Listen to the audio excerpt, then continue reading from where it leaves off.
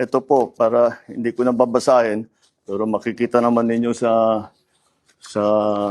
phone ninyo, ito yung listahan ng Sobrang tamad, no?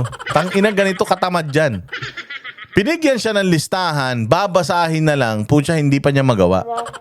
Putang ina, sa tingin ninyo, magsisikap ito para sa bayang Pilipinas? Yung simpleng pagbabasa ng mga akusado, lalabing pito yan. Lalabing pitong akusado, lalabing pito na individual at isang congressman. Putang ina, hindi niya pa kayang basahin. Ganyang katamad tong hudas na ito. O yan na, magandang araw mga banateros. Ito na naman ang inyong pinaka-paboritong fake news peddler sa balat na YouTube, Boss D, at your service. At pasasakitin na naman natin ang mga ulo at ay balong-balunan, puso, isip at kaluluwa ng lahat ng mga salot sa lipunan. Lahat ng mga hayop animal, lahat ng mga buwisit, lahat ng mga satanas, hudas, demonyo, lahat ng mga kurakot, sindikato, magnanakaw sa Pilipinas. Ang tinik sa lalamunan ng lahat ng mga sindikato ng mga kuratong baliling sa gobyerno. Banateros, Boss D, at your service. Panibagong araw, panibagong pangungupal na naman ang gagawin natin. At kamusta naman ang inyong mga araw? Pasensya na, hindi tayo nakapag-vlog ng isang araw lang naman. O isang araw lang naman tayo din kahapon lang. Kasi nung nakaraan, meron naman tayong upload. Pero hindi naman kayo nanonood kasi. Wag na tayong mag-vlog. Di ba kayo nagla-like, di ba kayo nagsishare? O ano mangyayari sa buhay natin yan? Nagpapagod lang tayo. Okay, maraming salamat sa lahat ng mga bagong subscribers sa channel natin. Maraming salamat sa lahat ng mga laging nanonood sa atin, yung mga nakikita natin sa comment section. Oy, wag kayong magsasawang mag-comment dyan, ha. Mag-comment lang kayo dahil lagi kong binabasa ang inyong mga komento. Mag-like, mag-share ng ating mga uploads. Dahil sabi ko nga sa inyo, napakalupit ng ating engagement ngayon sa Facebook, ha. Congratulations sa ating lahat. Pero syempre kailangan yung ating engagement dito sa YouTube, kailangan palakasin din natin, ha. Kailangan i-share natin sa ating mga Facebook yan. I-share ninyo sa inyong mga social media account. I-share ninyo sa inyong YouTube itong ating YouTube. Itong ating vlog dahil kapag tumigil kayong manood, tumigil kayong mag-share, wala na, hindi na ito mararating hindi na makakarating to dun sa mga salot sa lipunan. Kayo din. Hindi na masasaktan mga na nakawang kayo ulit niyan. Kailangan makita nila na napakaraming mga tao ang bukas na, mulat ng mata at gusto nang itigil ang mga pagnanakaw nila. Ayan na! Pasensya na kayo, ha. Kasi hindi tayo nga nakapag-vlog kahapon gawa ng meron tayong importanteng lakad o meron tayong imbitasyon galing kay no less than the best Vice President in the Philippines and probably most definitely the best President we are gonna have. Si Pangulong VP Sara Duterte. Hey. So ito, bago kami makarating doon. So yun nga, meron kaming ito papakita ko yung picture. Ayan. So diyan, isa-isa niya kaming pinatawag. Ganito si VP Sara Duterte, ha. Kaya nga ito yung pinagmamalaki ko lagi na tayo, hindi naman tayo nagpapasikat sa mga Duterte. Noong nagsimula naman tayo mag-vlog, hindi naman tayo personal na kilala ng mga Duterte. Pero ako nag-vlog ako, mga bossing, dahil sa pagmamahal ko sa bayang Pilipinas. Kasi nung ako'y bata, wala naman akong pakialam sa buhay ko. Basketball lang ako ng basketball, pustahan na ng pustahan, ganyan, aral lang ako. Pero nung lumaki na ako, nagkaroon na ako ng anak, sabi ko nga, ako kaya ko yung sarili ko, I can fend for myself. Ang problema, yung mga next generation natin. And nakadepende yung susunod na henerasyon natin sa maayos na mga leader sa bayang Pilipinas. Siyempre, nakita natin yung magandang leadership na ibinigay sa atin ni Pangulong Duterte. So, naging advokasya natin, mga bossing, na ipakilala sa inyo kung sino yung mga makakatulong sa bayang Pilipinas. At ayun na nga, nung panahon ng eleksyon, 2022, nagsimula akong mag-vlog, pinirisinta natin si Isko. Tapos kinilala tayo ni Isko, naging kaibigan natin si Isko. After no, nagtuloy-tuloy tayo, bumabatikos tayo sa mga mali ng gobyerno. Napansin naman tayo ng mga Duterte. At dahil nga sa nakikita nila na loyalty ng Banateros brothers sa mga Duterte, mula pa kay Pangulong Duterte, kay Pangulong Rodrigo Roa Duterte, hanggang kay VP Sara Duterte, naging kumpare pa nga natin si Mayor Baste. Oo, naging kumpare pa natin.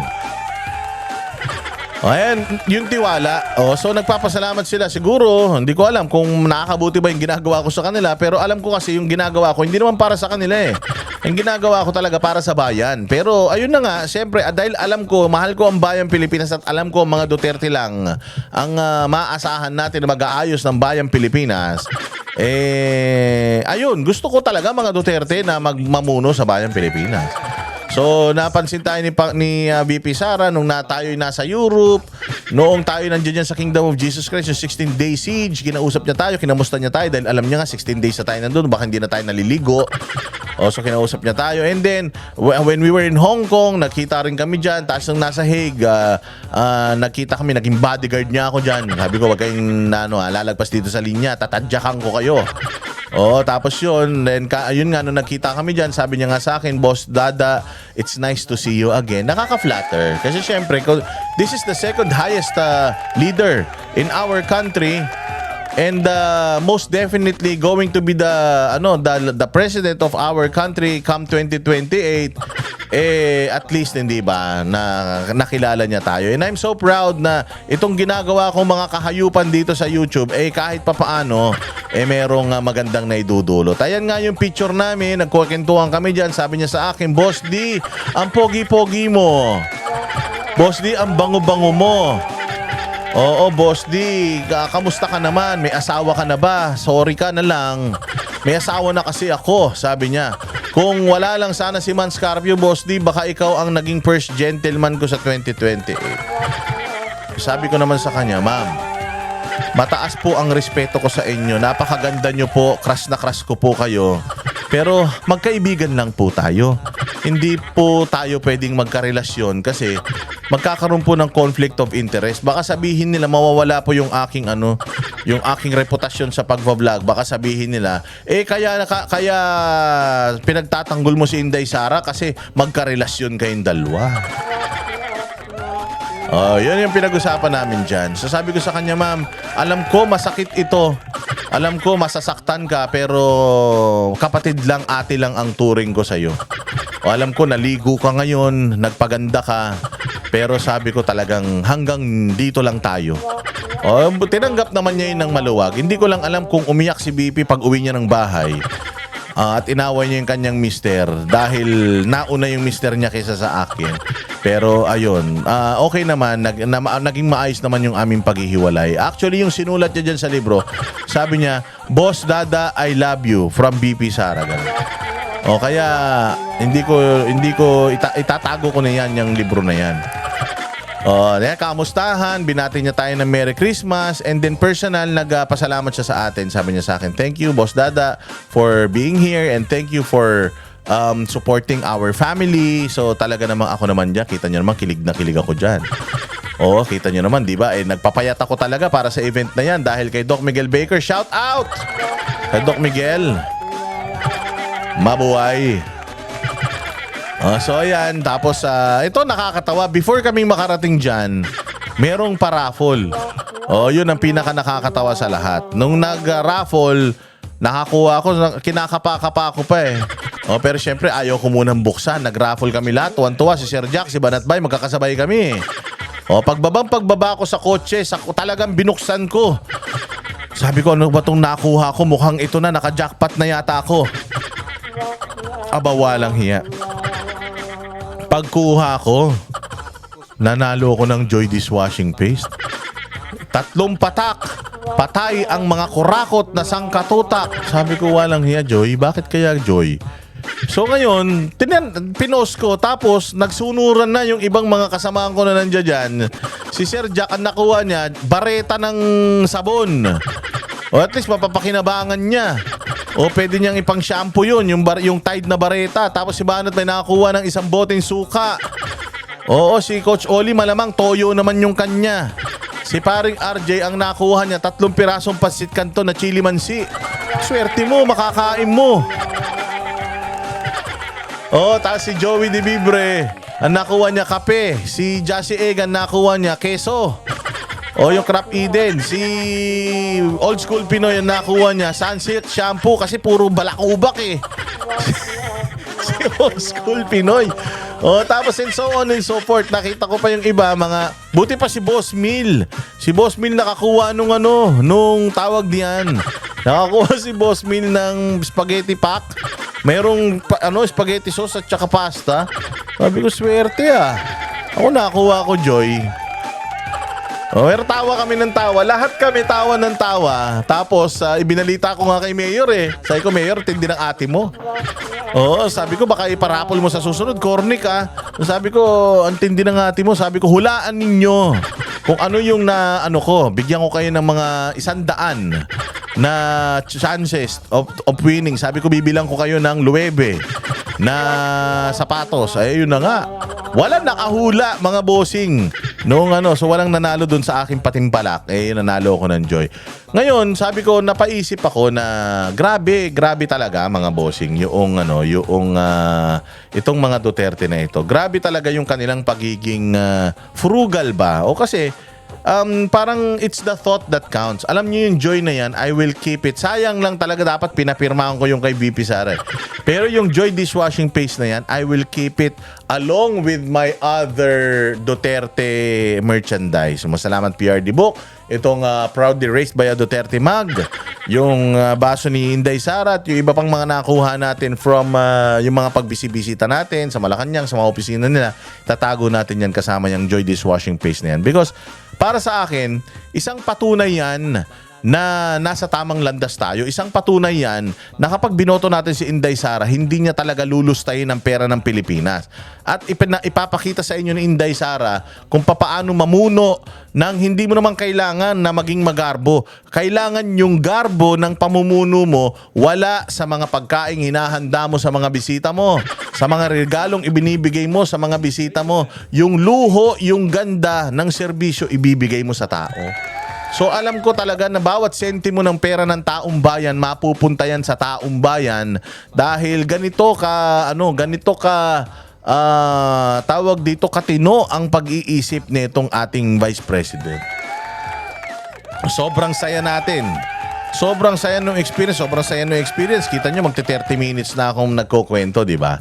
Pero nakakatuwa, nakakataba ng puso. Sobrang ganda talaga ng puso ni VP Sara and sobrang ganda niya, mga bossing.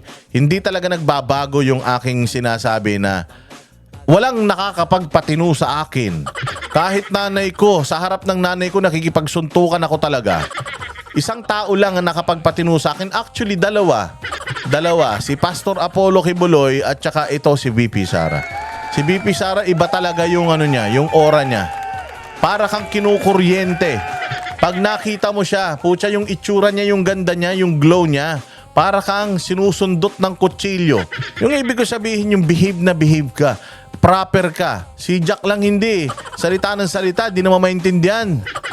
Dahil, Diyos ko po, natalsikan pa yata niya ng laway si VP Sara, kakadaldal niya. Eh, syempre, alam niyo naman, may kapansanan yung kaibigan natin na yan eh.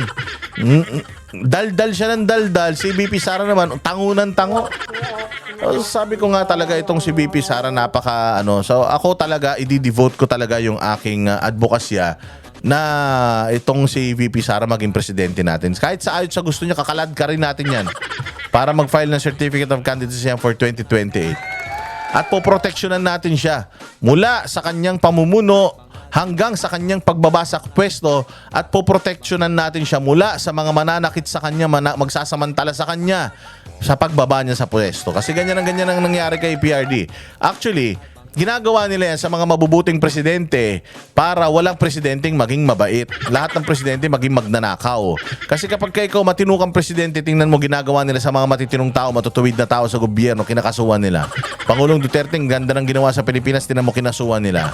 O tingnan mo yung presidente ngayon, walang ginawa kundi kademonyohan dito. Tingnan mo, nakakagala pang putang ina. Di ba? Hayop talaga. Anyways, yun nga, napakagandang experience natin with VP Sara Duterte. And I really hope na marami pang darating na mga ganitong pagtitipon because actually hindi naman talaga si Vice President Sara Duterte dapat magpasalamat sa amin. Dapat tayo ang magpasalamat. Ako ang dapat magpasalamat sa iyo, VP Sara, for doing a good job, for being a good Vice President, probably the best Vice President we've ever had. Oo, and maraming salamat for devoting your time sa amin.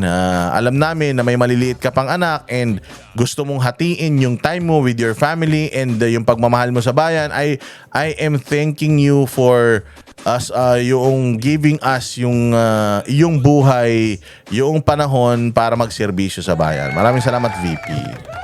Salamat din sa iyong ipinadalang na panalunan kong Joy Liquid dishwashing paste. Ayan. O sige, simulan na natin mga bossing. Dito muna tayo sa salin ni Pangulong Duterte. Inilabas ito ng Akbayan Party List, yung mga bobong, mga buwaka ng inang mga makakaliwa na yan. Inilabas nila ito. O anong gusto nilang sabihin na since 2016, nung umupo si Pangulong Duterte bilang presidente, tumaas ng ilang porsyento ng 10 milyon yung kanyang salin, yung net worth niya. So nung 2016 siya ay at 27 million, tumaas lang ng 1 milyon ng 2017. Tumaas ng from 2017 to 2018, tumaas naman ng 3 milyon. Nung 2018 to 2019, tumaas ng 2 milyon.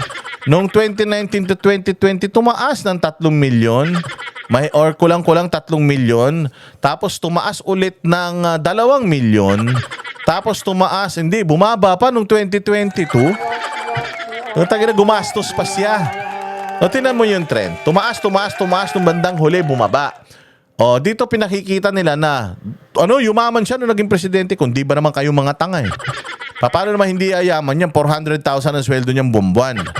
O, syempre, magkano yun sa isang taon? Sa 10 buwan, 4 na milyon yan, kundi ba naman kayo mga bobo? O, 4 na milyon at kulang-kulang 5 milyon yan taon-taon. Putangin na ninyo, imagine ninyo meron siyang 5 milyon nung 2016, pero ang itinaas ng salin niya nung 2017, 1 milyon lang. Anong ginawa mo? Pangulong Duterte, doon sa other 4 million. O, ayan, palagay ko, itunulong niya sa tao yan. Mga tarantado kayo. O, so ibig sabihin, sa loob ng from 26, imagine mo, pag presidente ka, libre lahat. Libre ang pagkain, bahay, kuryente, tubig, pamasahe. Wala ang gagastusin. So, dapat, itong si Pangulong Duterte talaga, tumaas ng tumaas ang sweldo niya. Dapat from 2016 to 2017, from 27, dapat 32 million na yung net worth niya noong 2017. And so on and so forth. Dahil nga 5 milyon, taon-taon yan, in 6 years, ilan yan? Oo, yung 5 milyon in 6 years, 30 million yan, mga gago. So dapat from 27 million, kung sweldo lang niya pag-uusapan, noong 2022, dapat meron na siyang, magkano? Meron na siyang mga 60 million, mga tarantado. O, so ibig sabihin nito si Pangulong Duterte hindi magnanakaw. Ipinakita lang ng Akbayan Party List na hindi magnanakaw itong si Pangulong Duterte. At yun nga din yung sinasabi natin na itong mga putang ina nito, sinasabi na si Inday Sara daw magnanakaw. Mga gago ba kayo? Joy nga lang ang binigay sa atin ng OVP nung nagpa-raffle. Tapos sasabihin nyo nakawatan yan, sabihin nyo magnanakaw. Sana gold bar binigay niyan. Mga hudas talaga kayo. So ayan, makikita ninyo mga bossing, itong si Pangulong Duterte, hindi talaga siya sindikato. Hindi talaga siya sinungaling. Saan sinasabi nito ni Trillanes na drug lord daw to? Oh, hindi ba nakita nyo to? Si Pangulong Duterte, very simple to. Ang bahay nito is the same house. Nung siya ay pumunta ng Malacanang, pag uwi niya, hindi nadagdagan ng kwarto, hindi nadagdagan ng pako. Hindi napinturahan ng bago. Oh, si Pangulong Duterte, ang sasakyan niya, ganun pa rin, pick up pa din. Walang Mercedes-Benz siya. Mabuti pa yung mga Diskaya. Napakarami mga luxury vehicle. Pero si Pangulong Duterte, wala. O, ganyan, kalupit yan. Kaya bobo kayo. O ito si Bongbong, tingnan nyo salin niya. Putang ina niyan. Mula 2005, nung siya'y naging gobernador yata yan eh. Nung siya naging lingkod bayan, tingnan ninyo kung gaano naging kataas. From 2016, meron lang siyang 619 million. Oh, ngayon 2024, 16, 17, 18, 19, 20, 21, 22, 23, 9 years after, puta 1.375 billion na naging bilyonaryo yung hayop. Saan ka makakita? Oh. Ganyan na siya kayaman ngayon. Sigurado hindi pa natin nabibilang yung ilang bilyon kasi 1 billion lang to eh. Sabi ni Zaldico may 56 billion na kinita itong si Bongbong Marcos, 56 billion na kinita mula flood control project in 1 year. So katarantaduan tong 1.375, kalokohan yan. Oo, idagdag mo yung 59 billion plus yung iba pang mga kinikita niyan sa mga kontrata ng Pilipinas. Again, that's just flood control ha. Yung sinasabing 56 billion ni Zaldico is just flood control. Meron pa silang kita sa DepEd, Department of Agrarian Reform, sa DANR, lahat yan ng ahensya ng gobyerno. Basta may proyekto na pinasok yan, may kita yung mga yan. It's just the tip of the iceberg ang na yan, yung flood control system. Kalokohan yan. Niwala kayo dyan. O so ayan, nakita nyo, di ba? Kakapal ng mga mukha nyo. Tapos gusto nyong paniwalain ng taong bayan na mga matitino kayong mga hudas kayo. O ito, pakinggan natin itong kanyang bagong statement patungkol sa pagpa-file ng kaso sa kanyang pinsan di umano. Oo, tingnan mo kung gaano ka-inconsistent itong ulol na to. Tingnan nyo kung gaano ka-inconsistent tong gagong to. Last week, sinasabi niya nung kanyang press conference before lumabas si Zaldico. Hindi ba that was just last week? Bago mag-rally ang INC, nag-press con tong ulol na to. Anong sabi niya sa press con niya? Sabi niya sa press con niya, malabo. Malabo daw si Zaldico. Ay, hindi pala.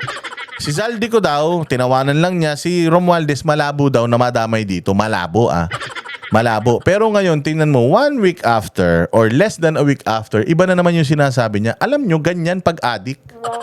Hindi ko sinasabing addict siya ha. Pero sabi nung kapatid niya kasi, addict daw yan. Ganyan pag addict. Walang yan. Walang matinong sasabihin yan. Hindi consistent yan. Ngayon, mabait. Bukas, hindi. Pabago-bago mood niyan kasi nga sabog. Depende kung anong class yung sininghot niya. Oo, depende yun sa magiging mood mo. O so, tinan mo, last week sinasabi niya hindi sangkot yung kanyang pinsan. Ngayon, sangkot na. Kaya sabi ko nga sa inyo, katarantaduan to, trial and error eh. Yung serbisyong binibigay nitong bugok na ito, bugok to. Putang ina, mas mabaho pa sa bugok na itlog ito. Itong utak nito, puta, inuuod na siguro. Sa totoo lang, putang ina, sa lahat ng tao, ito yung pinakagago na makikilala ninyo. Pinakatarantado na makikilala ninyong presidente. Oh, maniwala kayo. O tingnan nyo yung mga sasabihin niya rito Magandang araw po sa inyo lahat. Ito po ay isa pang report na aking ginagawa upang malaman ng taong bayan kung ano na ang nangyayari tungkol sa mga flood control na kaso na naging iskandalo. At kung paano kung ano ang mga ating nagawa upang mapanagot ang mga may kagagawan nito. Putang ina, yan lang sasabihin mo, hirap na hirap ka eh. Pakasinungaling mo kasing hayop ka. Ang ina, kasimple-simple. Kasimple-simple speech, Tagalog pa, ikli-ikli. Putang ina, hindi may deliver ng maayos. Yan yung sinasabi ni Aimee, na pag nakikita kita ading na nagsasalita sa kitang-kita na talaga yung epekto nung sobra-sobrang paggamit mo ng cocaine. Yung sobra-sobrang paggamit mo simula pa nung mga bata tayo hanggang ngayon, nakikita na yung epekto sa'yo. Na kapag nag-ini-interview ka at nagsasalita ka, putyang ina, edited na nga, mukha ka pang tanga. Nakita mo to, intro pa lang niya. Ito, mayroon akong panibagong mga ipipresenta sa inyo patungkol dito sa mga mainit na investigasyon na ginagawa sa corruption sa bayan natin. Alam mo, kasimple-simple, i-deliver mo yan, putyang ina, para kang sanggol magsalita. Maintindihan kung sabog ka ba, lasing o natatai. Ang inang tao na to nakakapikon. Isa pang report na aking ginagawa upang malaman ng taong bayan kung ano na ang nangyayari tungkol sa mga flood control na kaso na naging iskandalo. Kaso na, naging tang inan to parang baliw. Ganun pa ng ganun. Buta galaw ng galaw parang tang inan to lumulutang eh. Yung mga sinasabi natin na na signs na wala sa katinuan to. Na hindi ito capable mag-lead ng isang bansa dahil kita nyo, tangina niya lang kasimple-simple ng i-deliver parang loko-loko. Yan yung inaasahan nyo magdadrive ng bayan natin. Yan yung inaasahan ninyo na may kipag-usap sa mga leader sa ibang bansa. Putsang ina, sukol na sukol yan. Tayo nga hindi siya umuubra sa atin doon pa kaya sa ibang bansa. Dito nga alam na yung mga ganyang galawan niya Kilala na siya lalo pa kaya sa ibang bansa. Sinong world leader ang gusto maipagkaibigan sa ganitong ulul na na presidente? At kung ano ang mga ating nagawa. Kung papaano at kung ano, ang inan yan. Ilang minuto na yan, ilang segundo na yan, wala ka pang sinasabing matino. Upang mapanagot ang mga may kagagawan nito.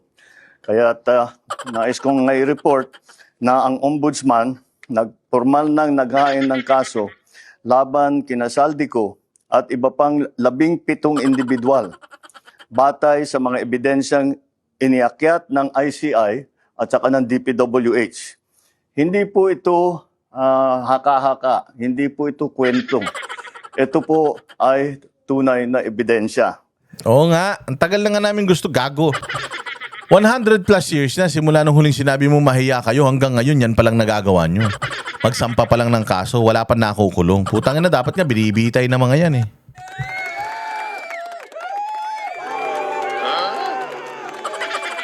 Di ba nagulat ka rin ha? O di ba napahaka? Kasi nga, tsaka na yan lang. Ipinreskon mo pa yan? Ibinlag mo pa yan?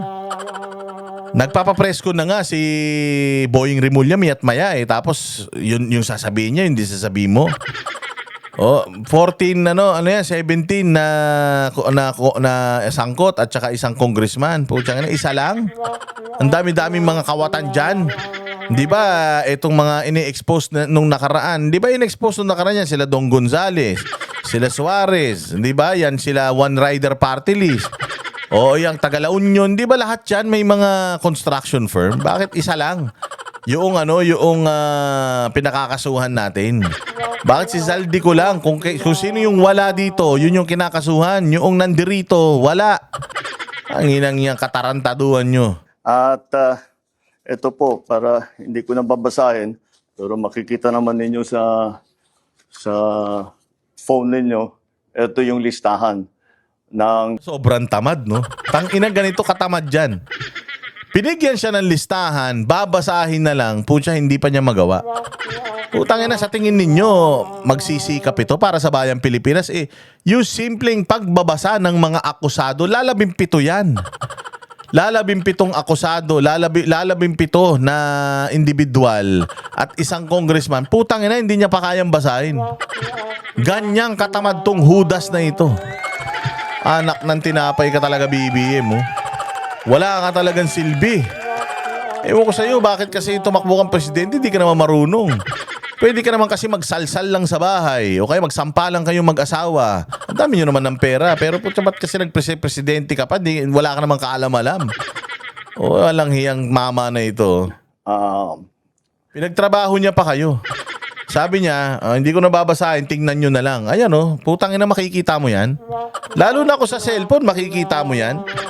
Yan, listahan mo na yan. Sana man lang, ipinis nyo na dyan. Katulad ditong ginagawa ko, ipinresinta nyo na.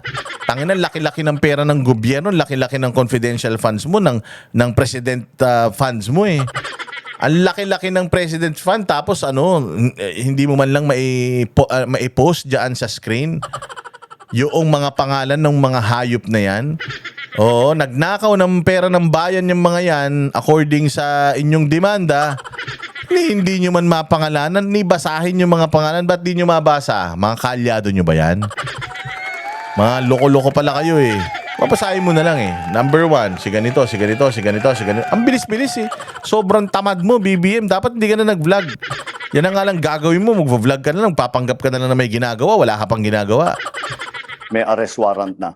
At ang susunod na hakbang, ay wala nang paligoy-ligoy pa, ang ating mga otoridad ay siyempre papatupad na nila itong mga arrest. Yung magsalita ang puta para sanggol. Tupad na nila itong mga arrest warrant. Otoridad ay siyempre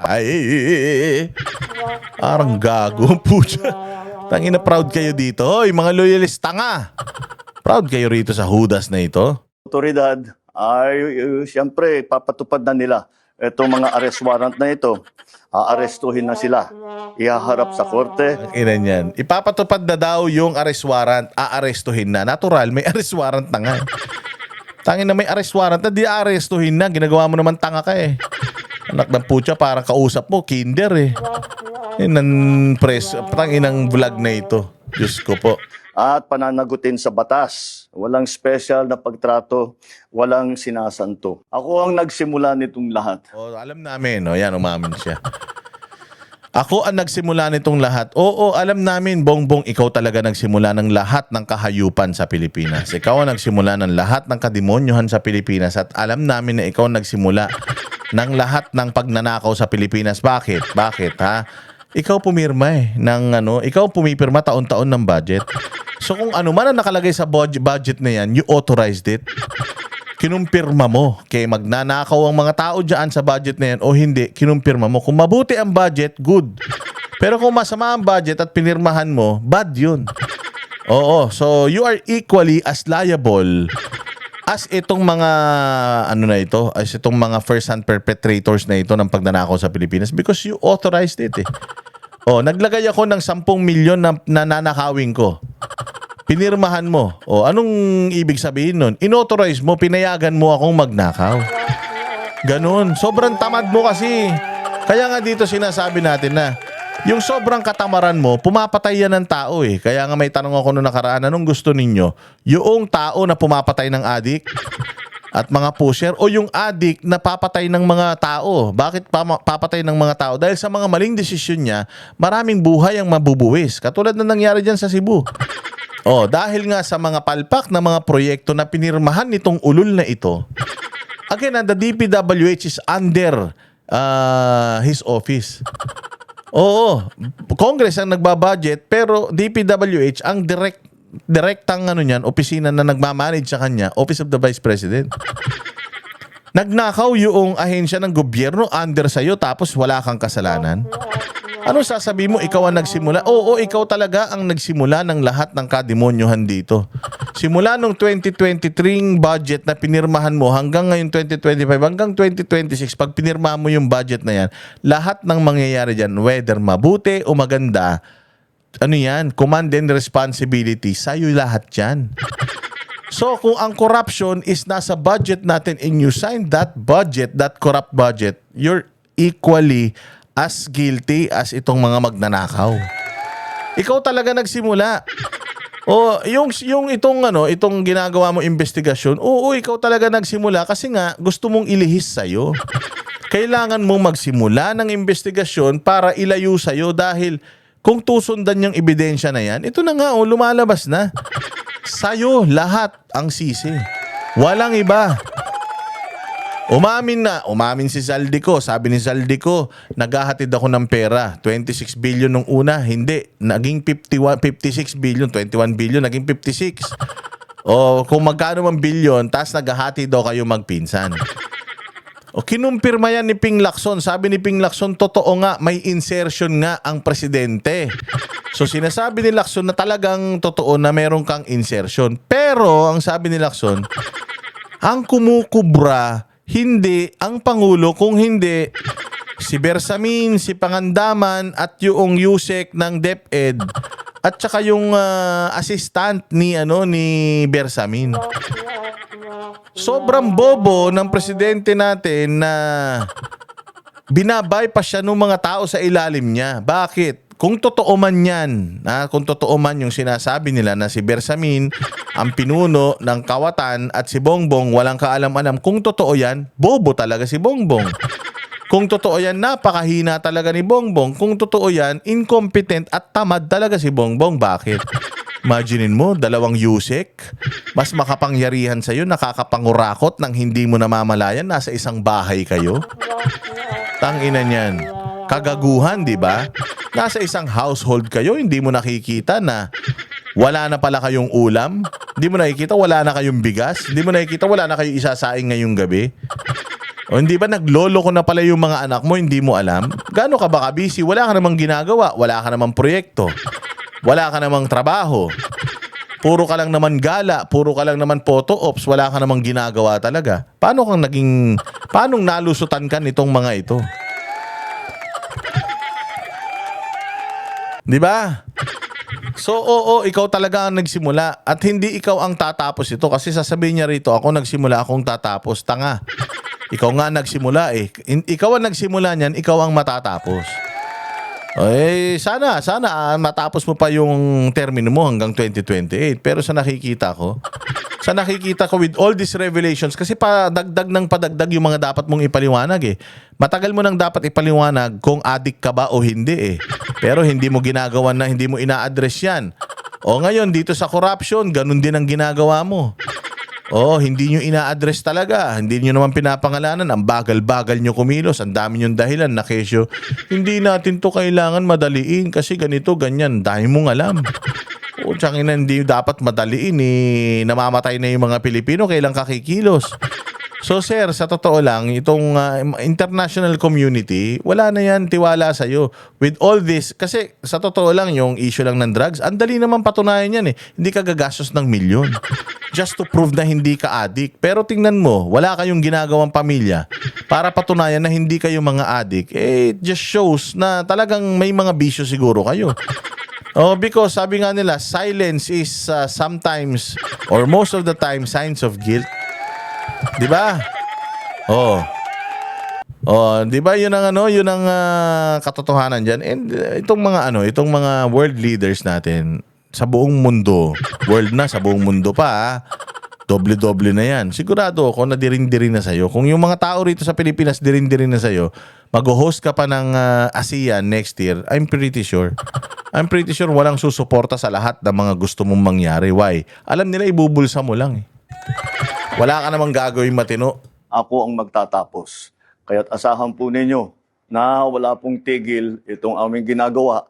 At kahit na parang napakatagal ang dumaan na panahon, ako'y nagpapasalamat sa pasensya ng ating mga kababayan. Ngunit nagbunga na ng resulta ang mga pasensya ninyo. Ulul, anong resulta ng bunga niyan? Wala pa naman nakukulong. Putangin na to, bobo talaga eh. Ay, nako. Alam mo sir, magbubunga lang po ng maganda itong paghihirap at pag-aantay namin pag wala ka na.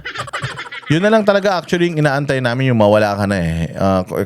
Ngayon man yan, bukas, sa makalawa o sa 2028 matapos. Kayo lang naman inaantay namin eh. We've never been this excited for a president to leave the palace. Oh, sa totoo lang, no panahon ni Pinoy, we're also excited na mawala siya.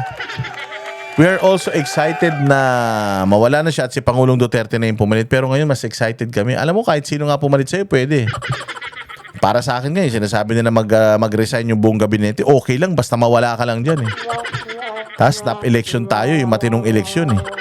Hindi ba? Okay nga sa amin. Sa totoo lang, wala to. Salot to ng Pilipinas talaga. Maraming salamat po. Magandang araw po sa inyo. Magandang araw daw sa inyo. Walang kakwenta-kwenta. Oh, pero at least umamin siya na siya nagsimula. Totoo naman na siya talaga ang nagsimula. Oh, eto pa isang pinsan niya, putang ina, self-righteous din. Sabi naman ng pinsan niya, malinis daw ang konsensya niya. Talagang malinis. At saka, malinis daw ang konsensya niya. Malinis talaga. Sa sobrang linis. Putang ina, inubos niyo yung pera eh. Sobrang linis. Nilinis niyo talaga. Nilimas niyo eh. Hayop na yung malinis daw ang konsensya. Wala ka namang konsensya. Romualdez. Paano naging malinis ang konsensya mo? Sige, tingnan natin ito, balitan to. Nanindigan ng kampo ni dating House Speaker Martin Romualdez na hindi siya sangkot sa anumang irregularidad sa infrastructure at flood control funds.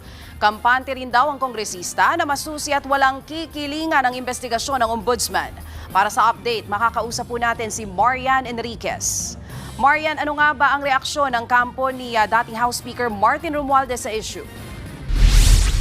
Yes, siya. Humarap nga yung abogado ni dating House Speaker Martin Romualdez na si Attorney Ade Fajardo sa media ngayong hapon. Kaugnay nga ito doon sa rekomendasyon ng DPWH at ICI ng plunder at iba pang charges kay Romualdez at dating ako Bicol Party List Representative Zaldico. Again, recommendation pa lang ito. Rekomendasyon. Pinag-uusapan pa lang nila. Hindi pa to nangyayari. Pwede na to basta nasampahan na siya ng kaso sa ombudsman, plunder. Hindi, pinag-uusapan pa lang.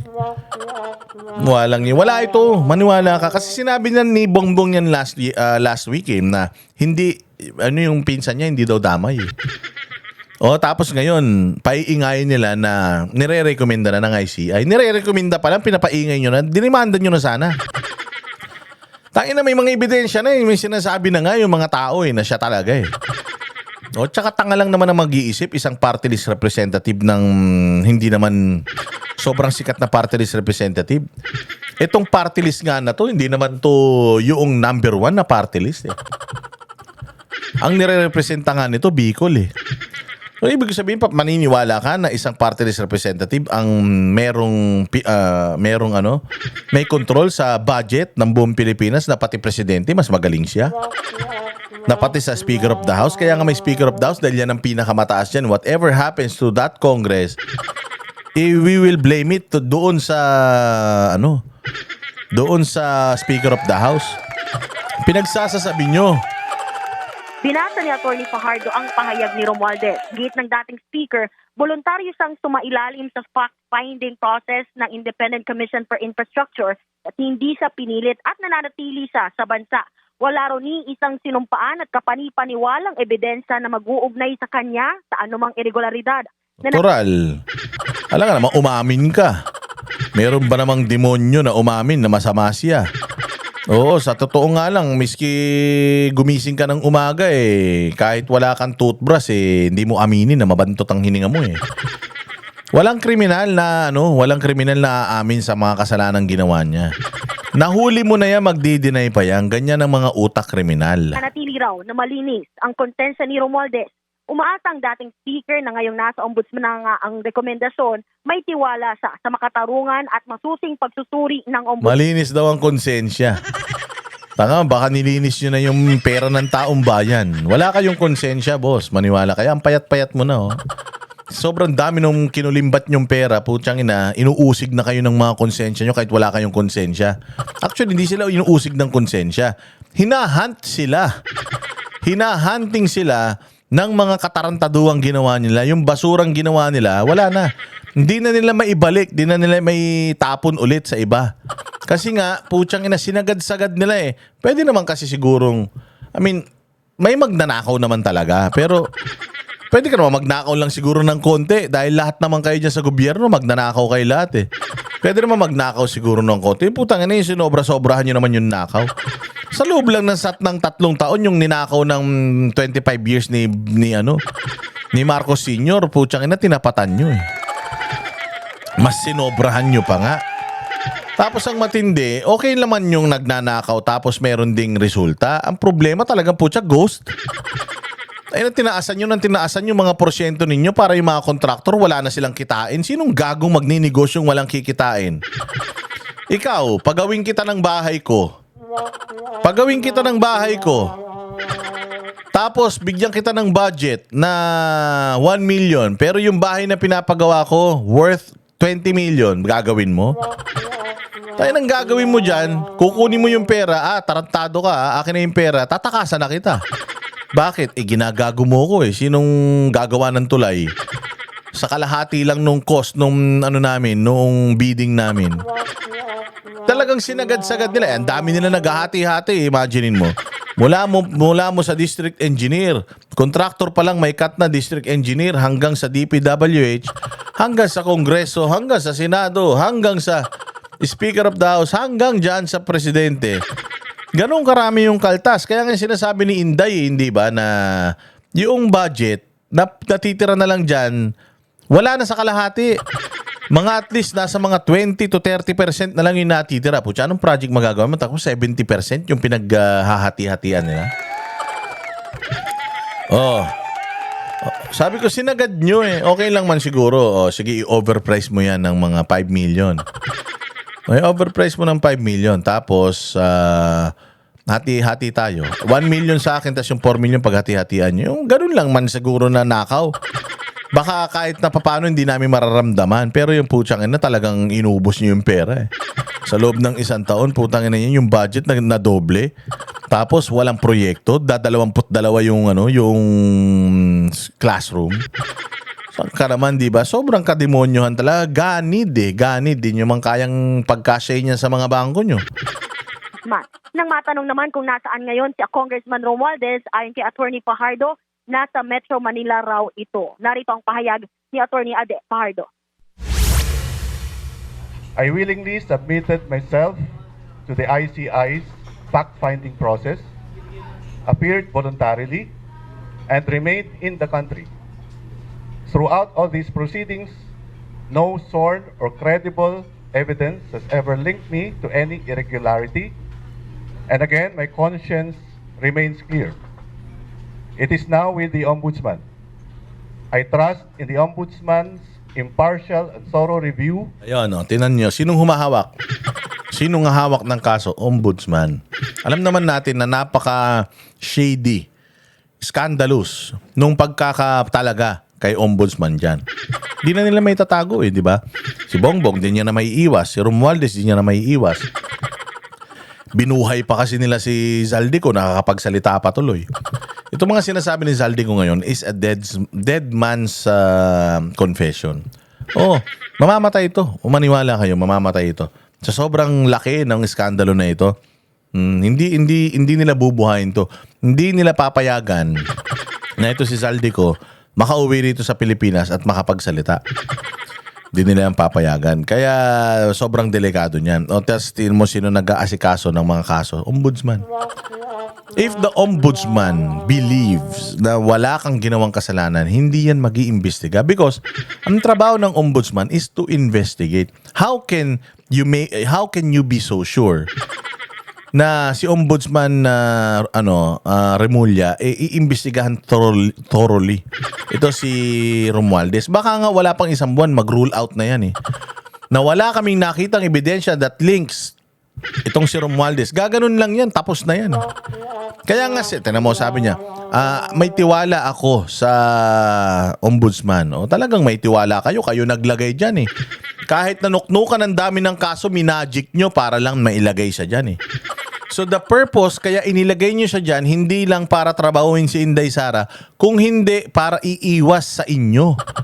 Yung mga kaso, hindi kayo makasuhan lahat ng mga plunder. Tingnan nyo, may rekomendasyon ng ICI na kasuhan sa Ombudsman. Tingnan nyo kung gagalaw ang Ombudsman. Tingnan nyo, one of these days, magsasalita ang Ombudsman na I cannot find any link or any evidence linking the speaker. Pero we're still gonna look. Ganyan lang ang gagawin ng mga yan. Wala yan. Maniwala kayo, itong sinasabi nilang keso kakapapakasuhan, inire-recommendang kasuhan, wala yan. Since it is just a recommendation, ibig sabihin it's still up to the Ombudsman if they're gonna file cases against the Sandigan Bayan. Kasi ang trabaho ng Ombudsman parang Department of Justice yan sa normal na korte.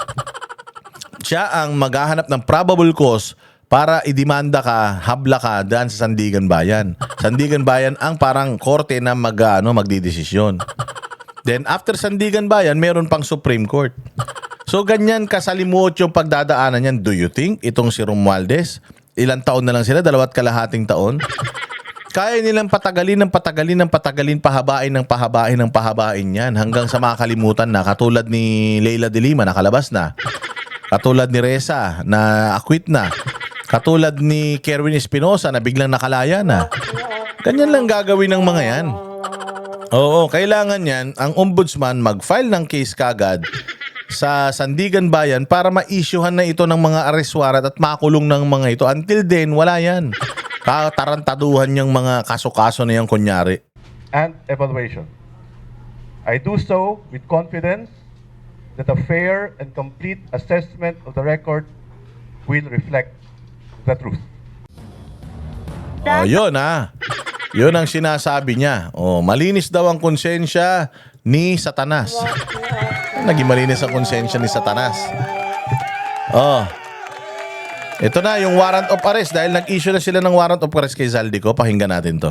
Arrest warrant ang Sandigan Bayan laban kay dating Congressman Zaldico na ngayon nasa ibang bansa. Ano mga susunod na maaring mangyari? Ang interes daw ng gobyerno ay mapabalik si Zaldico sa bansa para harapin ang kasong sinampa laban sa kanya. Pero ayon sa abogado ni Ko na si Rui Rondain, may mga kondisyon si Ko Ang bago kapal mo, Zaldico. Tangina, demonyo ka, nagnakaw ka na, may kondisyon ka pa. Kaya lahat ng mga ng mga politiko gusto na magnakaw dahil yung magnanakaw, putyang ina, sila pa yung may karapatan eh. Ang gusto ni Zaldico makapag-post siya ng bail. Gusto ni Zaldico house arrest. Putyang ina, syempre nga naman, ganda-ganda ng bahay niyan eh. Subukan mo i-house arrest yan diyan sa Bilibid. I-house arrest yan sa Bilibid, bahay din naman yun eh. Tanginang kapal ng mukha mo, Zaldico. siya bumalik. Una, hindi haharangan ng gobyerno ang anumang petisyon na ihain nila para makapagpiyansa si Ko. O hindi kaya payagan si Zaldico na magsailalim sa house arrest. Ang pangamba raw kasi nila baka kung anong mangyari kay Ko kung siya ay ilalagay sa ordinaryong piitan o kulungan habang binibista ang kanyang kaso. Yun lang, tila naunahan na ang kanyang mga kondisyon. Ngayon kasi na meron ng warrant of arrest laban kay Ko, maaari nang ipakansela ng DFA ang kanyang pasaporte. Ayan, pag pinakansela mo yung pasaporte, mas mahihirapan kang pauwiin yan.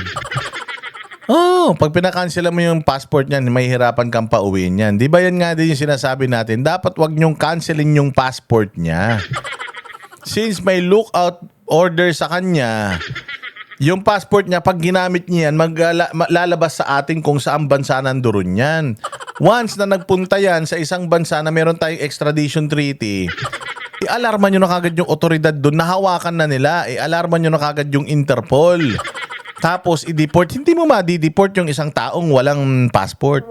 Hindi mo ma-deport yung isang taong walang pagkakakilanlan. O sasabihin nyo, nangyari yan kay Nangyari yan kay Arnie Tevez. Yung kay Arnie Tevez, ibang usapan yun dahil pinagkanuno siya ng Cambodia. Merong utos ang korte ng Cambodia na hindi siya ni-extradite sa Pilipinas pero pinadala pa rin siya. That's a special case. Ngayon dito kay Zaldico, dahil nga sobrang daming pera nito, and aside from that, ayaw talaga nila tong pauwiin dito because pag umuwi ito dito, ubos sila lahat. Pag naglabas ito, pati mga militar na mga nilagyan nito, pati yung mga polis na mga kinutsaba nito, lahat yan lalabas.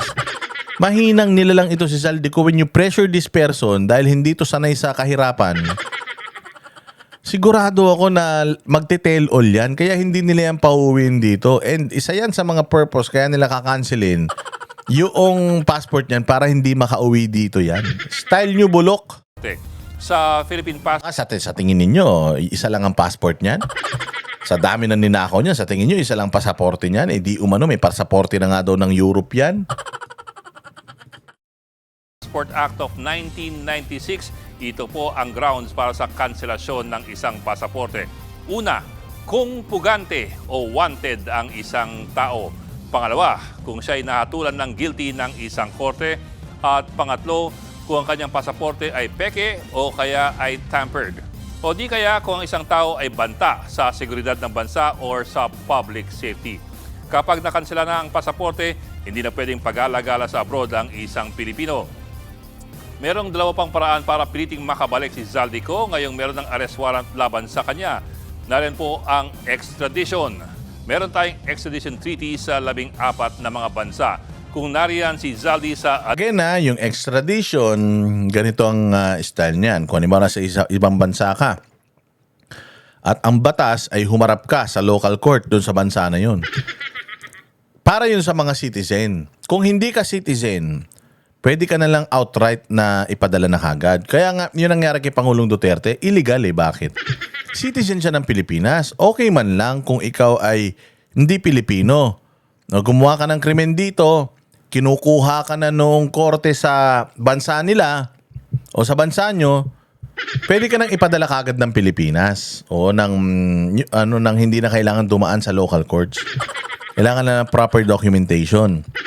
Pero kung Pilipino ka, kailangan mong dumaan muna sa jurisdiction ng Pilipinas bago ka ipasa sa ibang jurisdiction. Ganun yun. Kaya nga, di ba? Sinasabi natin mali yung ginawa kay Pangulong Duterte. Dito kay Zaldico, kung isa man sa mga bansa na ito magpunta siya, pwede siyang ipadala kagad pabalik dito ng Pilipinas agad-agad.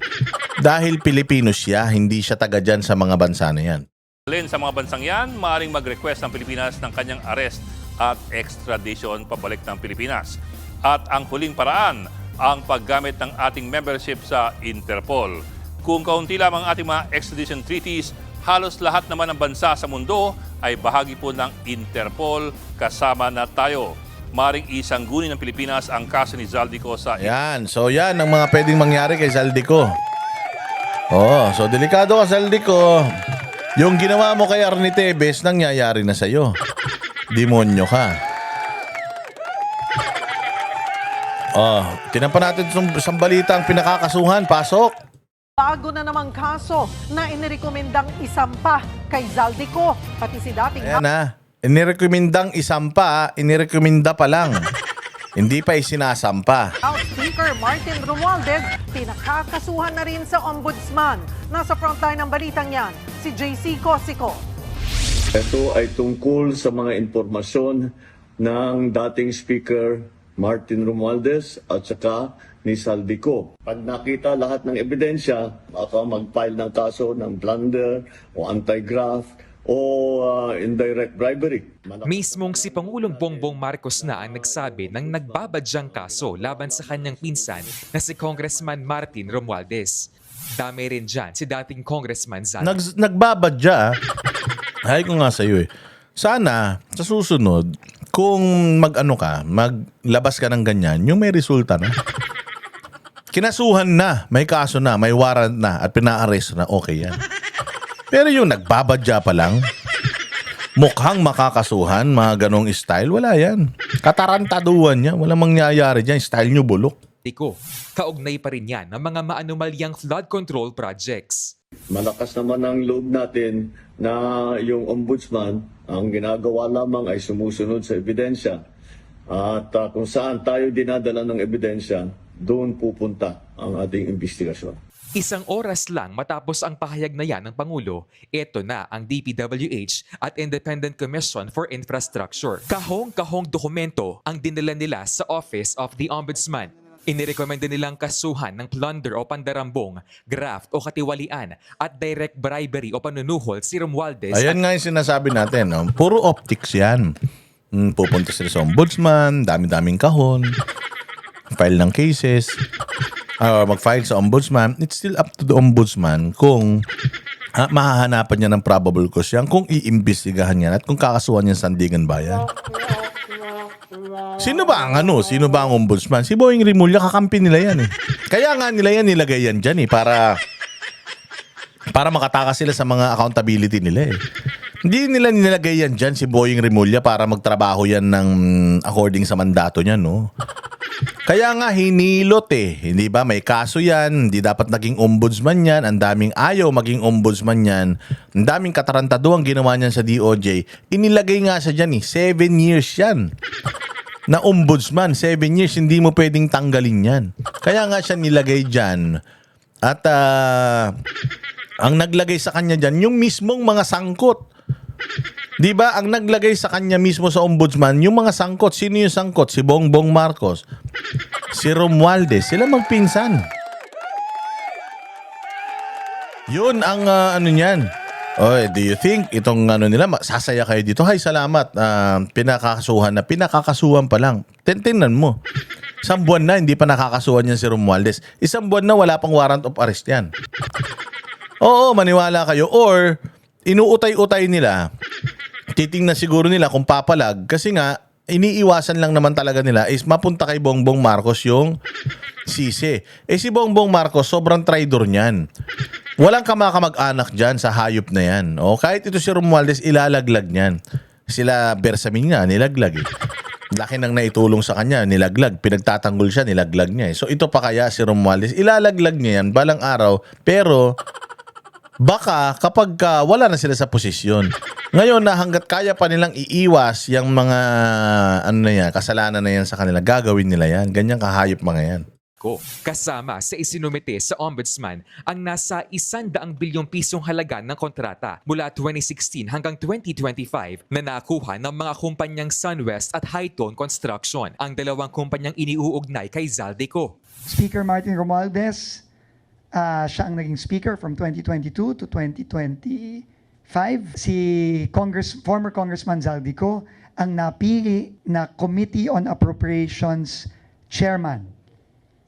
At ang sinasabi nung Itong sinasabi nito ni Tanga, alam na ba natin yan? Hindi. Hindi ba yan nga sinisigaw natin? Deny kayo ng deny nun eh. Sinasabi na nga namin yan eh. Si Zaldico, appropriations, ang daming mga construction firm, ang yaman-yaman. Tapos si kaibigan niya, yan si Romualdez na Speaker of the House, pinsan nung presidente. Kaya nga gago kasi kayo eh. Mantakin mo, conflict of interest ng pinag-uusapan natin dito, hindi ka pwedeng maging contractor habang ikaw ay congressman o mayor o kung ano. Pero ang daming congressman o contractor, pinababayaan nyo. Tapos ang pinakamalala, conflict of interest, si Bongbong Marcos, pinsan pa ng Speaker of the House na umaayos ng budget. Di ba? Tingnan mo yung yan na yung sinasabi namin noon pa. Tapos ngayon, yan yung nilalabas nyo, parang kayo nakaisip. Gago, taong bayan nagsasabi niyan. Na ito si Zaldico, lahat ng mga proyekto, nilalagay niya dun sa kanyang kumpanya. Na kaya yumaman ng sobra-sobra yan, sobrang makapangyarihan yan dahil sobrang daming nakuha niya sa Pilipinas. Pero ang pinaniniwalaan natin, hindi yan kikilos na mag-isa. Dahil negosyante yan, hindi naman kriminal ang utak talaga niyan. Ang may kriminal na utak, ito si Romualdez tsaka si Bongbong, sanay sila dyan, lahi nila yan eh. O kaya ngayon, ito si Zaldico, inuutusan nila mga gumawa ng bagay-bagay para sa kanila. Baga, inauthorize nila yung pagnanakaw ni Zaldico, pero sino nakikinabang dun sila? Of course, may mga porsyento yan. Maaaring at face value, hindi mo makikita yung transaksyon netong magpinsan, pero sigurado tayo na si Zaldico hindi yan gagalaw mag-isa. True enough, ayun, kita ninyo, nilabas siya sa kanyang vlog, sa kanyang video. Nilabas niya na ang kawatan, demonyo talaga yung magpinsan. Ngayon lang sinasabi nito ni Vince, yung mga matagal na natin sinasabi. Tapos feeling niya siya nakadiskubre. Tanga. affair na to ay dun sa relationship na yon nangyari itong mga iba't ibang kontratang ito. Facts lang lahat ito. Ayon pa sa DPWH, isa sa mga basihan ng kaso laban kina Ko at Romualdez ay ang sinumpaang pahayag sa Senado ng dating security aide ni Zaldico na si Orly Guteza. Siya ang naghatid umano ng mali-maletang kickback sa dalawa. Pero teka lang, kahit sinumpaan sa Senado ang salaysay ni Guteza, hindi pa raw yan sapat. Hindi, kasi hindi namin pwedeng gamitin yun. Hindi sapat yan. Hindi sapat yan kay Boying. Again, nilagay yan si Boying dyan for a reason. Nilagay yan siya dyan para iiwas yung kaso kay Romualdez at saka kay Bongbong. So hindi niya tatanggapin yung ni Guteza. Bakit? Kasi ang tinuturo dun si Romualdez eh. Plain and simple. Kaya nga yung sinasabi ko, tinatarantado tayo nito mga to, pinaiikot-ikot tayo, nilalagay tayo sa tubibo. Nakala nyo may nangyayari talaga sa kaso na to? Wala. Walang nangyayari sa kaso na to. Kaya nga sabi ko nga, walang patutunguhan. Matatapos ang termino ng mga tumakatakas lahat to dahil pagtatanga-tanga tayo, naniwala tayo sa mga ogag na ito. Tsaka pa, kundi niya haharapan na sasabihin na itong affidavit na to, akin talaga to, at ako mismo nag-prepare niyan, personal knowledge ko lang yari dyan. Ganun yan eh. Hindi nga, that's still not an authorized statement, has no value unless sumarap yung tao para manumpa ulit. Sa gitna ng lahat ng ito, Sumumpa na nga eh. Sumumpa na nga eh. Ayaw, i-release, sabihin nyo sa Marines, i-release na kasi. Para sabi ni Congressman Mike Defensor, kinukulong eh. ano nang itinanggi ni Romualdez ang mga akusasyon. Sabi ni Remulla, tumawag pa si Romualdez sa kanya noon para igiit na wala siyang kinalaman sa korupsyon. Pero sabi ng ICI, hindi pwedeng maghugas kamay ang mga public officials. Bakit? Walang pumilit sa kanila. Kaya tanggapin nila yung obligasyon Tinan nyo yung statement. Walang pwedeng maghugas kamay sa mga public officials. General. Generic yung statement. Hindi niya sinabi na hindi pwedeng mag-deny si Romualdez dito. Hindi pwedeng maghugas kamay si Romualdez dito. Walang ganun. Oo, generic yung statement na naka-address sa lahat ng mga lingkod bayan. Tanggapin nila na kailangan silang sumunod sa mga batas. Ayon kay Ombudsman Remulla, posibleng kasuhan si Romualdez sa susunod na 6 hanggang 9 na buwan. Paulit-ulit naman ang panawag. Imagine, posible sa loob ng 6 hanggang 9 na buwan. Posible ha, ibig sabihin, pwedeng hindi, pwedeng ma-oo, tapos ang timeline, 6 hanggang 9 na buwan, bakit? Bakit 6 hanggang 9 na buwan? Di ba sobrang tagal naman yata niya? Putang ina, klaseng klaseng investigasyon niyan. 9 months. Anak ng tinapay, kung saan nagtrabaho ka, 9 months, regular ka na niyan. Walang Diyo talaga si Boy. Yung mga ganitong style, wala itong patutunguhan, maniwala kayo. Puro kabalbalan to. Kay Zaldico na harapin dito sa Pilipinas ang akusasyon laban sa kanya. Umuwi na siya. Nakadalawang imbitasyon Umuwi na sa siya. kanya. Pag-aaralan na ng Office of the Ombudsman ang rekomendasyon ng ICI at DPWH. Pero ngayon pa lang, aminado si Remulla na mahihirapan sila sa kasong plunder. We are rethinking our options always when we file plunder charges.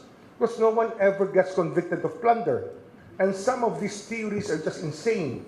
When you look at the jurisprudence, the easier one to prove will be malversation. Nagbabalita mula sa frontline. Diba? Wala daw plunder. Pero kay Inday, may plunder. Pag si Inday Sara, may plunder yan. Pero kapag kayo mga kakampi ni Boying, wala, malabo yung plunder. Ngayon pala, kinukondisyon niya na yung utak ninyo eh. Alam mo yung kaso na plunder was put there para gamitin. Huwag mong sabihin na imposible nating ma-convict sa plunder. Gago, kung plunder ang kaso na dapat sa kanya, plunder yung ikaso mo.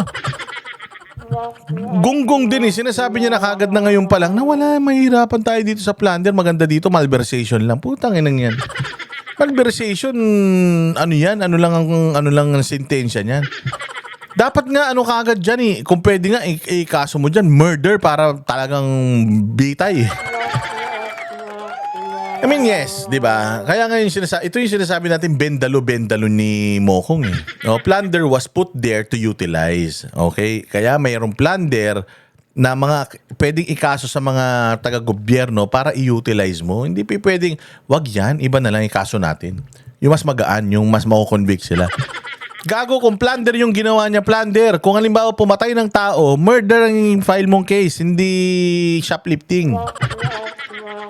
Di ba? Kaya nga nandiyan yan eh. Ito yung sinasabi natin, malaking pagkakamali na nilagay natin dito si Boying eh. Yung mga ganyang niya eh. Yung mga ganyang pautot niya eh. Ay, nako. Ay, Diyos ko po. Ano pa ba tong mga balita natin dito? O, ito nga, yung kay yung kay Ping Lacson. Ano natin to? Balita natin to. Sige nga, ano yung sinasabi nito ni Ping Lacson, katarantaduan niya? Yung statement na ginawa ni ex-congressman Saldico, na nagbintang siya na 100 billion, sinasabi niya na utos daw ng Pangulo na isingit sa BICAM. Your Honor and I both know that the 100 billion, and we went over, I know na, both of us went through the list independently or separately.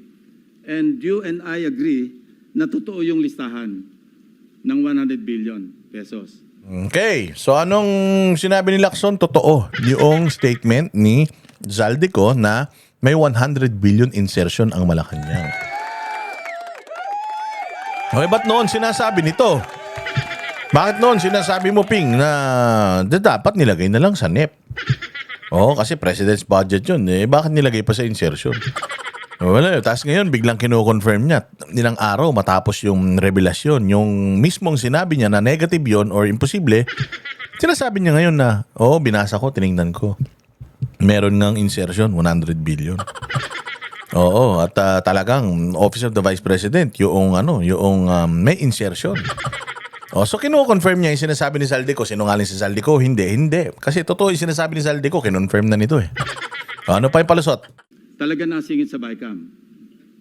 But, yung sinasabi ni Saldico on social media as posted, na nag-deliver siya ng 25 billion representing the 25% commission di umano para kay Presidente, that I will attest na hindi totoo.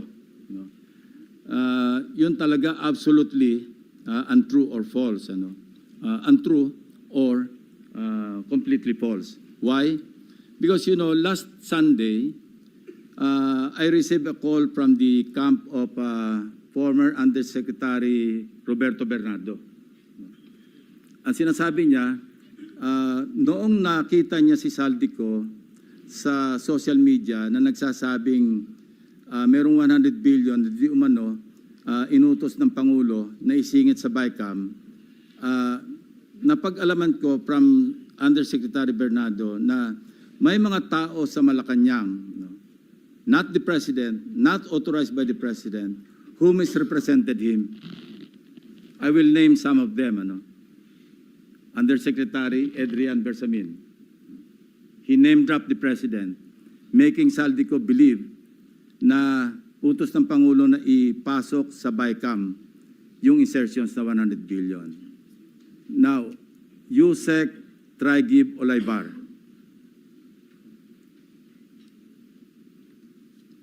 Other personalities. Anyway, regarding... Sobrang lakas ng loob naman netong dalawa na to, na gagamitin mo yung pangalan ng Presidente. 100 billion worth. Gagamitin mo yung pangalan ng Presidente. Para mangurakot ka. Ibang klase, no? Sabi ko nga sa inyo, tanga lang talaga maniniwala dito eh. Tarantado lang ang maniniwala dito sa sinasabi ni Ping Lacson na ako Presidente. Tapos, mga undersecretary, hindi pa direkta sa akin ha. Yung Department of Education. Yung isa naman, undersecretary ng Office of the Executive Secretary. So maniniwala ka na dalawang pipitsugin, dalawang small time, mangungulimbat ng 100 bilyon gamit ang pangalan ng Presidente. Kung totoo man yan, napakahina talaga ng utak ng Presidente. Kung totoo man yan, bobo talaga Presidente. Kasi mantakin mo, nagagamit ang pangalan niya, wala siyang kaalam-alam. Ibig sabihin, tamad talaga. Wala talaga siyang control. If he himself cannot control his cabinet, paano niya makokontrol ang problema ng Pilipinas? Paano makokontrol ni Bongbong Marcos ang issue ng bayang Pilipinas kung ultimo mga tao sa paligid niya na mga walang bilang sa buhay, walang kwenta, para mga taong grasa, walang authority, ha? Kasi sabi nito, misrepresented eh. Ang bobo naman ni Zaldico na talaga, sabi ng Presidente, wala bang contact diretso si Zaldico sa Presidente? O kaya, si Zaldico ko-contact kay Romualdez, magpinsan yan, hindi ba yan tatawag? May pinapa-insert ka daw, 100 billion. Di ba? Sa tingin ninyo na walang GC ang mga yan. Katarantaduhan ng putya. Sabi ko ngayon nung sinabi to ni Ping Lacson, ito na yung kasagaran ng kasinungalingan ni Ping. The reason why, sabi ko malaki nakikitain ni Ping dito. Bakit? May bali-balita, hindi na daw siya tatakbo sa 2028 eh. Hindi, 2028 sa 2032. Oo. Hindi daw siya tatakbong senador. Natural, putyang ina, tatakbo ka pa senador? Ano na yan? Kumbaga, sinagad-sagad nyo na lahat ng kademonyo nyo. Dalawa sila ni Tito Soto, di na daw sila tatakbo eh. Hindi talaga kayo tatakbo. Busog na yata kayo. Sobrang kasinungalingan nyo eh. The 100 billion, binrake down, kasi nireview nyo yung kanyang notes. This is all related even to the appointment of Secretary Recto to be the Executive Secretary. As he is now the acting, I guess acting kasi hindi naman pwede magbigay ng ad interim appointment because Congress is not in recess, di ba? So, okay. Anyway, ang sabi niya sa akin, hindi po totoo yan, Mr. Senator. Kasi ang breakdown ng 100 billion, 81 billion, yun yung na-assign sa DPWH.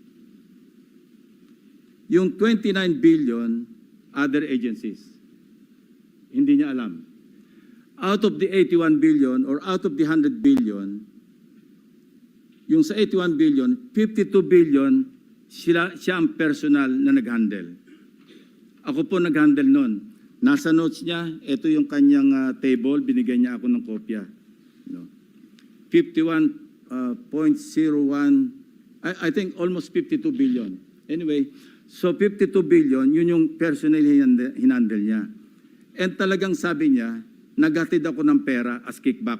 But not to the President, but to Yusek Olaibar. And sabi niya, ang pagkaalam niya, kasama si Yusek Adrian Bersamin. Siyempre, hindi naman tatanggap yung presidente ng pera ng sa kanyang siya. May mga middleman yan para hindi nga sila masisi. Ano ka ba?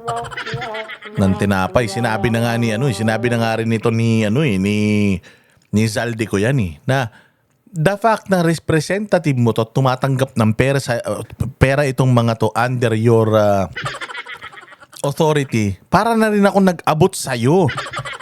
Yun yung pinupunto doon. Billion pesos, Mr. President, in at least 10 deliveries.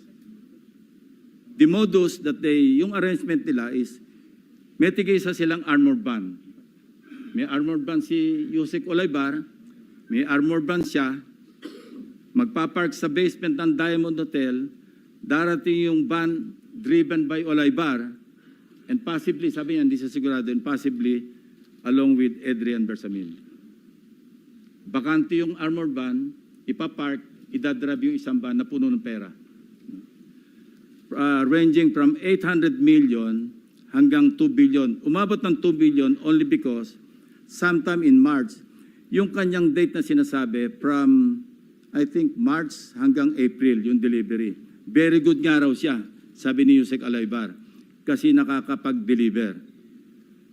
Ang biggest kasi naipon, because March 11, natatandaan niya, inaapuran niya na si Undersecretary Olaibar, nakunin na kasi napupuno na at saka matagal na nakapark. Ang sabi niya, sabi ni Olaibar sa kanya, wag muna kasi magulo ngayon dahil inaaresto si dating Pangulong Duterte. So naipon yung laman ng van, sabi niya, mga 2 billion pesos. That was the single largest or biggest delivery that he made to Olaibar. Kung saan napunta, hindi natin alam. But personally, he knows or he knew that, kasi personally, nagpapalit sila, amounting to 8 billion pesos. 1 billion, he delivered to Secretary Bonoan. So that's 9 billion. Yung 8 billion was representative of 16% of the 81 billion. Or 82 billion. Ang usapan daw nila initially was 15%, Mr. President. Tumawad pa raw ng 1% si Olaibar, pero suspecha niya, natatawa raw siya. Ang daming kwento. Ganito kung gumawa ng kwento yung mga yung mga propagandista para magmukhang totoo, gagawa ng maraming senaryo yan. Ganito nga nangyari, isang araw nadapa si Juan, nabagok yung ulo, tapos tinahin ni Petra. O pagtahi ni Petra, ayon, kumain sila ng pakbet, nagluto sila, ginisa muna nila sa karne. O, pa yung gagagawa niya ng napakaraming palabok. Oo, ng paligoy-ligoy para magmukhang totoo. O, ganun hindi siya direkta sa punto. O, sabi pa nga ni ganito, ganyan Yun nga, nakapantim pula pa nga siya nun No, tapos yung tsinelas siya parehas kaliwa. Mga ganyan, tangina style nyo, bulok. Wala maniniwala sa'yo dyan, Ping. Oo, bakit ako nagsasabi walang maniniwala sa inyo? Tingnan niyo itong video na to. Tingnan niyo itong video na to. Tawa ng tawa nga rito si Ping Lacson in his privileged speech said, And talagang sabi niya, naghatid ako ng pera as kickback, but not to the President. the president did not know about the supposed 100 billion pesos in projects. Kumbaga, do you believe that? Pusa, tawa ng tawa si Winnie Monsod dito. Tawa ng tawa si Winnie Monsod kasi nakakatanga talaga nakakabobo talaga. Sabi ko sa'yo, mapapaniwala nito ni Ping, yung tanga lang katulad niya Ang mapapaniwala nito ni Ping, yung mga alagad ni Bongbong na mga inutil. Yung mga alagad ni Bongbong na pinagli sa bagong isda. O yung mga dilis sa mga utak, ganun. Pero yung mga matatalinong tao, maniniwala rito, putang ina niya, sinong tanga? ang maniniwala na si Bongbong Marcos sa presidente ng Pilipinas ang magiging mastermind ng korupsyon. Yung dalawang mahinang nilalang na ni hindi man kilala, ni hindi natin kilala eh. Ni hindi nga natin alam, ni hindi natin naririnig, ni hindi natin nakikita. Tapos sila ang may kagagawan, sila ang may kasalanan. So totoo na may corruption kasi hindi talaga nila maiiwas eh. Nasa GAA eh. Nasa GAA, pinirma ng presidente, hindi nila maiiwas eh. So, kailangan na lang nila ngayon maghanap ng mga tao na maisisisi nila etong mga kasalanang pinagagawa nila. Kaya ito, napili nila yung dalawang pipitsugin na yan. Siyempre, yung dalawa na yan, wala rin koneksyon yan. Trabahante lang din yung mga yan. Wala namang mga ano yan. Wala namang mga malulupit na kapit yan. Kawawa yung mga yan, di ba? O, kalaunan, aamin na lang yung mga yan sa pressure kasi tatakutin mga pamilya niyan. O, papatayin ko pamilya mo. Sa dami ba naman ng pera pinag-uusapan? Sabi ko nga sa inyo. Trilyon to ninakaw nila sa dami nito. Mamimili ka, aaminin mo, makukulong ka, tapos yung pamilya mo, safe? O, tangina, para kayong daga, natutugisin namin. Sa dami ng pera na to, gagamitin namin to para maubusin ang lahi nyo. Di ba? Sinong tangang maniniwala na isang presidente tatarantaduhin ang dalawang walang kwentang tao sa gobyerno? Tinan mo, tawa ng tawa si Winnie Monsod kasi to eh, sobrang kabobohan tong ginagawa ni Lacson. Akala ni Lacson kasing tanga niya lahat ng Pilipino eh. Go ahead. Now, so in effect, that level, E.S. Bersamin, Secretary Nina Pangandaman, Undersecretary Olayvar, Undersecretary Adrian Bersamin. So it would appear that this is... Mga totoy. Mga totoy, mantakin mo, gagawa ng ganyang scheme. Ang sabi nga dyan ni Cheese Escudero at saka ni Alan Peter Cayetano, planado to. It was a perfect, there's a master plan ng pagnanakaw. Sindikato ito, hindi ito hindi ito maliitan. Kumbaga lahat ng mga natutunan ng mga kriminal, ito na yung pinakatisis ng pagnanakaw sa gobyerno. Ito na yun. Do you really think na itong dalawang pipitsuging tao na to ang nagplano ng scheme para lokohin ang presidente, ang Speaker of the House at saka ang appropriations sa committee chairman? Sa gagaling ng mga congressman dyan, itong dalawang tao lang ang nagpaikot ng pagnanakaw sa Pilipinas? operating only within that level that the president doesn't know. That's what Senator Ping Lacson said. Well, that means that Senator Lacson must think that the president is so incompetent and is so stupid that his undersecretary ito, walang takot sa kanya. But Ping Lacson cannot tell me that these underlings operated without the knowledge of the president. We're not talking about millions here. We're talking about billions. I mean, isn't it rather odd? Is that believable? I mean, I would like to ask Senator Lacson that. Do you really think, Senator Lacson, that si President Bongbong is so stupid? Diba? Do you think that President Bongbong is stupid? Ako, yes. I believe that he is stupid. Pero, I am not stupid to believe, Ping Lacson, that Bongbong Marcos is that stupid to the point na yung pera ng taong bayan nananakawin, yung insertion na yan manipulated dun dalawang underlings. Sinabi na nga nito ni Winnie Monsod eh. So malaking kabobohan, malaking kabalbalan nito, Ping Lacson, neck mo. Ayan, hanggang dito na lang tayo mga bossing, mabuhay ang Bayang Pilipinas. Maraming salamat sa inyong pagpatnubay. Kita-kits tayo ulit sa susunod na vlog. Kami ang boses ng masa, hindi natatakot. Katotohanan lang, di kami nalulunod. Walang bahid ng sismis, lahat ay totoo. Kahit sino ka pa, pag mali ka babanatan ka. Walang pinipili kulay, wala kaming kinikilingan. Basta para sa bayan, kami lalaban. Pagdama palakpakan, pag mali banatan, di matitigan.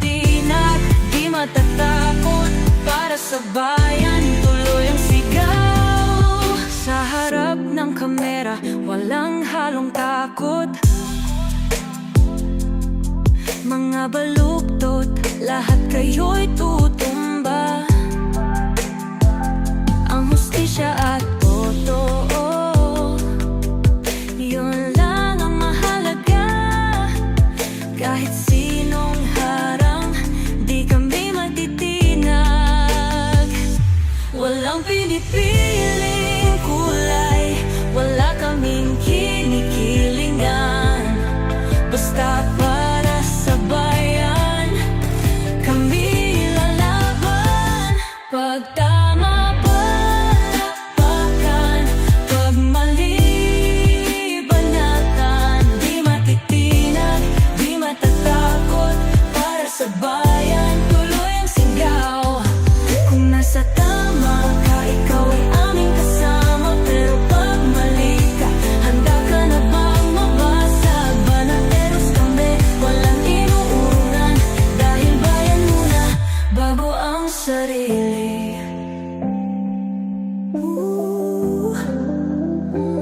Bago ang sarili.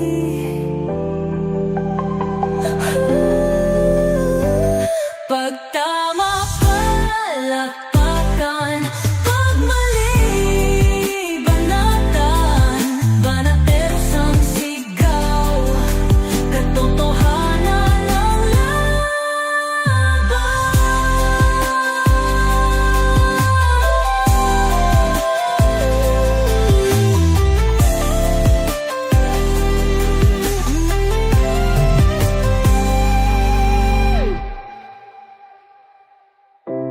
Sa harap